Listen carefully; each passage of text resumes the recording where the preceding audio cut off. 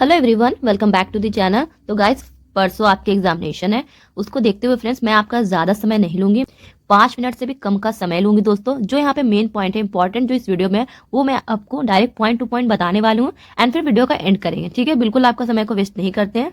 बस एक रिक्वेस्ट है, अगर आप चैनल पर नए हो, चैनल को सब्सक्राइब जरूर कर लेना कि सीबीएसई की जो भी लेटेस्ट अपडेट हो वो आपको मिल सके। ठीक है गाइस, देखो बहुत सारे ऐसे बच्चे हैं जिनकी प्रिपरेशन अभी बहुत अच्छी है अपने बोर्ड एग्जाम की, और कुछ ऐसे बच्चे हैं जिनका प्रिपरेशन उतना अच्छा नहीं है, जिस लेवल का वो करना चाहते थे उस लेवल का हो नहीं पाया। ये रियलिटी है। ठीक है, बट एग्जाम तो सारे बच्चों को देना है ना, जिनकी प्रिपरेशन अच्छी है, जिनकी प्रिपरेशन बहुत अच्छी है, जिनकी प्रिपरेशन बिल्कुल अच्छी नहीं है, वो सारे बच्चे एग्जामिनेशन देने जाएंगे। तो उनको एक बहुत ही इंपॉर्टेंट बात मैं ये बताना चाहूंगी ग्रेस मार्क्स को लेकर। बहुत ही बड़ा क्वेश्चन है, ग्रेस मार्क्स आखिर देती है सीबीएसई तो किसे देती है? आप एक बार समझ लोगे ना तो आपको भी ग्रेस मार्क्स मिल सकता है। ठीक है, अगर आपने अच्छी से तैयारी नहीं की है, ओवरऑल भी आपको ग्रेस मार्क्स मिल सकता है। वो कैसे मिलेगा? अब देखो, यहाँ पे एक आपका न्यूज चैनल इंडियन एक्सप्रेस, उसमें सीबीएसई से पूछा गया था, जो सीबीएसई के बहुत सारे होते हैं लोग, तो उनसे किसी से भी उन्होंने बात किया होगा, एग्जैक्टली नाम नहीं बताया न्यूज वालों ने।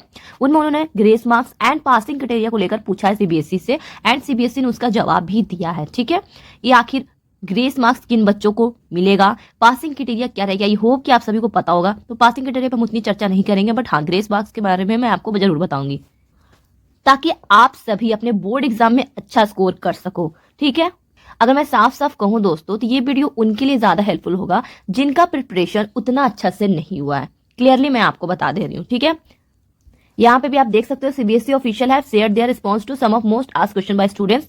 अब यहाँ पे देखो, सबसे पहले पासिंग क्राइटेरिया के बारे में आपको बता दूं, तो जैसे कि आप सभी को पता है, क्लास 10 वाले बच्चों को उतना टेंशन नहीं है पासिंग क्राइटेरिया को लेकर कि उन्हें 33% अलग अलग स्कोर करना, बिल्कुल नहीं। उनको थ्योरी एंड इंटरनल असेसमेंट मिला के उनको कंबाइन करके 33% लाना होता है। ठीक है, एंड वही हम क्लास 12 की बात करें तो उनको 33% लाना होता है, बट सेपरेटली, थ्योरी में भी एंड प्रैक्टिकल में भी। इतना क्लियर है। अब हम ग्रेस मार्क्स की बात करते हैं। Do CBSE provide grace marks? क्या सीबीएसई ग्रेस मार्क्स देती है? तो जैसा कि आप यहाँ पे देख सकते हो फ्रेंड्स, कि आपको पास होने के लिए 33% लाना जरूरी है। ठीक है, बट कोई अगर ऐसा बच्चा है जो एबल नहीं है 33% मार्क्स अचीव करने में, मतलब वो 1 मार्क से फेल हो रहा है, उनके 32 ही आ रहे हैं, तो वो बच्चा 1 मार्क से फेल हो रहा है या नहीं, बिकॉज आप 33 पे पास हो रहे हो, तो उस कंडीशन में क्या किया जाएगा?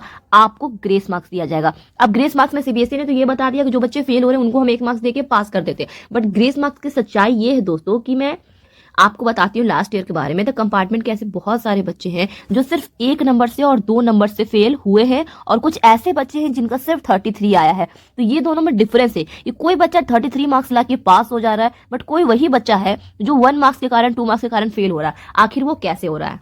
तो मैं बताऊं, तो यहाँ पे मिस ग्रेस मार्क्स फ्रेंड्स सिर्फ आपको ये देख के नहीं दिया जाता है कि आप 1 नंबर से फेल हो रहे हो या फिर 1 नंबर से आप पास हो रहे हो। ग्रेस मार्क्स फ्रेंड्स आपकी ओवरऑल पेपर को, अटेम्प्ट को देख के दिया जाता है। आपकी हैंड राइटिंग मैटर करती है कि आपकी हैंड राइटिंग कैसी है। अब ऐसा नहीं मैं बोल रही हूँ कि आप बहुत खूबसूरत एग्जामिनेशन में लिखो, नहीं, ऐसा नहीं है।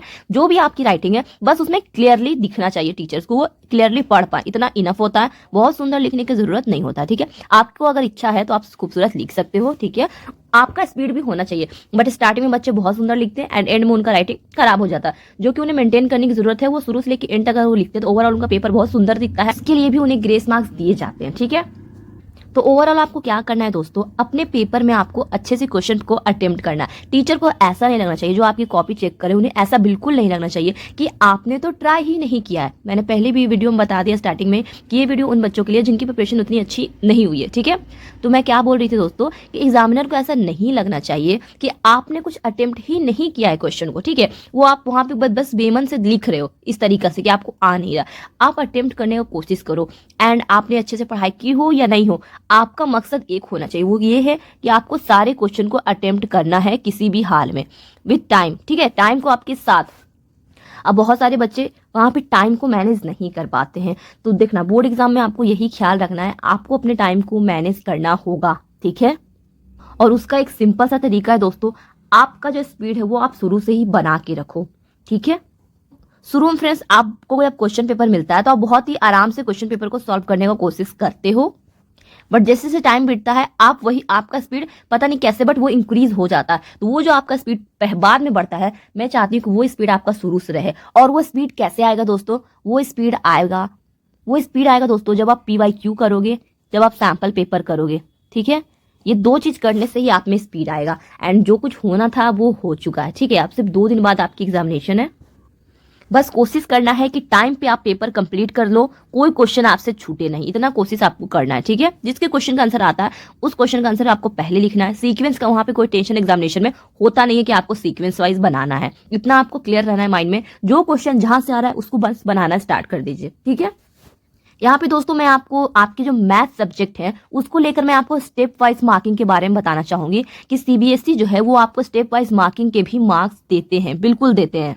जैसा कि आप यहाँ पे देख सकते हो, even if the final answer is incorrect, मान लीजिए कि आपने पूरा कोई क्वेश्चन सॉल्व किया, आपके स्टेप वगैरह बिल्कुल सही है, बट प्लस माइनस का कुछ मिस्टेक हो गया है, जो आपका फाइनल आंसर है वो सही नहीं है, इनकरेक्ट है। हो जाता है बहुत बार प्लस माइनस के चक्कर में मैथ्स में आंसर का जो सही आंसर है वो नहीं आ पाता है, तो उसके बेसिस पे ये नहीं कि आपके पूरे आंसर को वहां पे कैंसिल कर दिया जाएगा, ऐसा नहीं होता। मैथ्स में ऐसा होता है दोस्तों कि आपको अपने स्टेप्स के लिए, फॉर करेक्ट स्टेप आपको वहां पे मार्क्स मिल सकते हैं, पार्शियल मार्क्स, आपको हाफ मार्क्स मिल सकते हैं। आप फॉर्मूलाज लिखोगे आपको उसके लिए मार्क्स दिए जा सकते हैं, ठीक है। ये डिपेंड करता है क्या कि उस क्वेश्चन का वेटेज कितना है, ठीक है, और आपने कितने स्टेप में सॉल्व किया है।